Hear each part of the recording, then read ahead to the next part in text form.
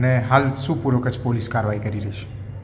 થોડા દિવસ પહેલાં ગાંધીધામમાં જે રાધિકા જ્વેલર્સની દુકાને ફેક ઈડીની ટીમ દ્વારા જે રેડ કરવામાં આવી હતી એમાં એના મેઇન માસ્ટરમાઇન્ડ તરીકે અબ્દુલ સત્તાર માંજોઠી એમની જે છે સંડોવણી નીકળી છે અને જે અત્યારે બધા આરોપી 11 દિવસની રિમાન્ડમાં છે.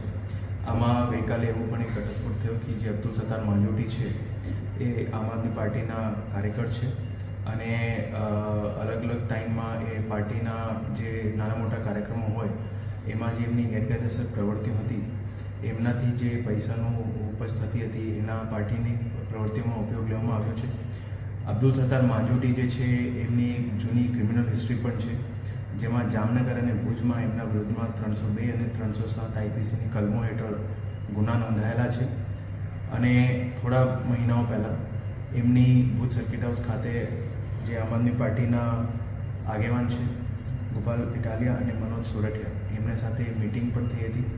આ અબ્દુલ સત્તાર જે છે પોતે નિવેદનમાં આ અલગ અલગ વસ્તુઓ બધી જણાવી છે અને આવનારા સમયમાં એમના જેટલું મની ટ્રેલ છે જે એમના ફાઇનાન્શિયલ ટ્રાન્ઝેક્શન અને એકાઉન્ટિંગ છે એ બધી વિગતો તપાસવામાં આવશે અને અગર આયોને જરૂર જણાશે તો પાર્ટીના બીજા લોકોને પણ જે છે આયો દ્વારા પૂછપરછમાં બોલાવવામાં આવશે.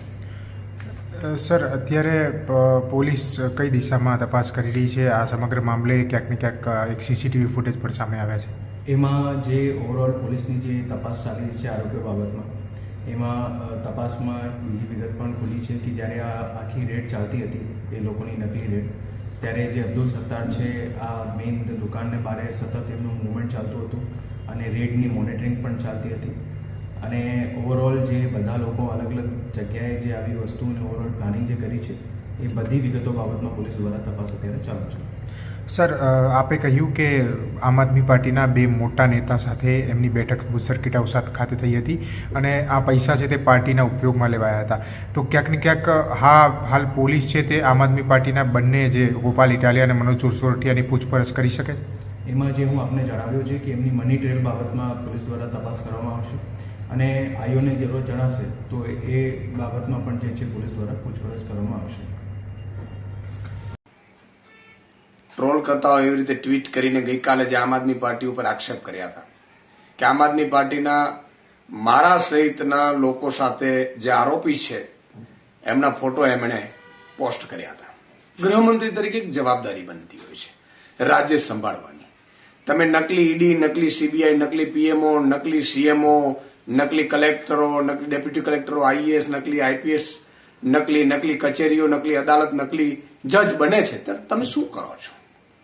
પણ સવાલ એ છે કે આજે મેં એટલે માટે ફરીથી ટ્વીટ કરી છે એમને દેખાડવા માટે કે બાત નીકળી હે તો દૂર તક જાયેગી. તમે આવી રીતે ટ્વીટ કરીને આરોપ કરીને આમ આદમી પાર્ટીને બદનામ કરવાની કોશિશ કરીને ભાગી નહીં જઈ શકો. કાં તો તમે ખુલ્લી ડિબેટની ચેલેન્જ સ્વીકારો અને કાં પુરાવા લઈને આવો, અથવા તો આજે મેં એટલે માટે ટ્વીટ કરી છે કે આ જ આરોપી જે ઈડીના છે આમ આદમી પાર્ટીના કોઈ હોદ્દેદાર નથી. આમ આદમી પાર્ટી પાસે હોત તો સસ્પેન્ડ કરી દે, પહેલા જ મેં કહ્યું હતું, અને ગુનેગારો છે ને ફાંસીએ લટકાવવો જોઈએ કોઈ પણ હોય. પણ એમના આજે મેં ફોટો ટ્વીટ કર્યા છે જે સાંસદ છે ભાજપના અને ભાજપના સંગઠનમાં પણ બહુ મોટો હોદ્દો ધરાવે છે, એમની સાથે એમના ફોટો છે, પોલીસ અધિકારીઓ સાથે ફોટો છે, પોલીસના આઈપીએસ અધિકારીઓ સાથે ફોટો છે. તો એનો અર્થ શું થયું ભાઈ હર્ષભાઈ? આ તમારી કઈ ગેમ તો નથી ને? આ ખરેખર થઈ શું રહ્યું છે? તમે બદનામ કરો છો આમ આદમી પાર્ટીને અને નકલી ઈડી વાળા તો તમારે ત્યાં બધા ભેગા થઈ રહ્યા છે. એટલે ભાજપનો જ સભ્ય છે કે શું?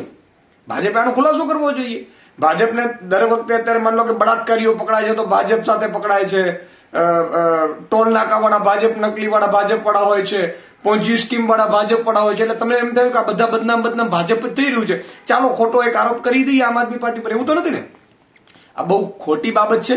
તમારે સાંસદ સાથે એમના ફોટો છે, તમારે ખુલાસો કરવો જોઈએ કે એમના સાથે શું સંબંધ છે અને આનો જવાબ તમારે આપવો જોઈએ. અને ગુજરાતની મીડિયાને પણ મારી વિનંતી છે કે આને તમે બે રીતે લો કે એક તો આમ આદમી પાર્ટીનો કોઈ હોદ્દેદાર નથી, હોત તો અત્યારે હું સસ્પેન્ડ કરી દે. બીજું કે આમ આદમી ભાજપના નેતાઓ સાથે એમના શું સંબંધ છે એ હર્ષભાઈ ખુલાસો કરે અને જાહેરમાં ડિબેટ કરવા માટે આમંત્રણ આપી છે. જાહેરમાં એ કહે ત્યાં ડિબેટ કરવા માટે આપણે તૈયાર છીએ.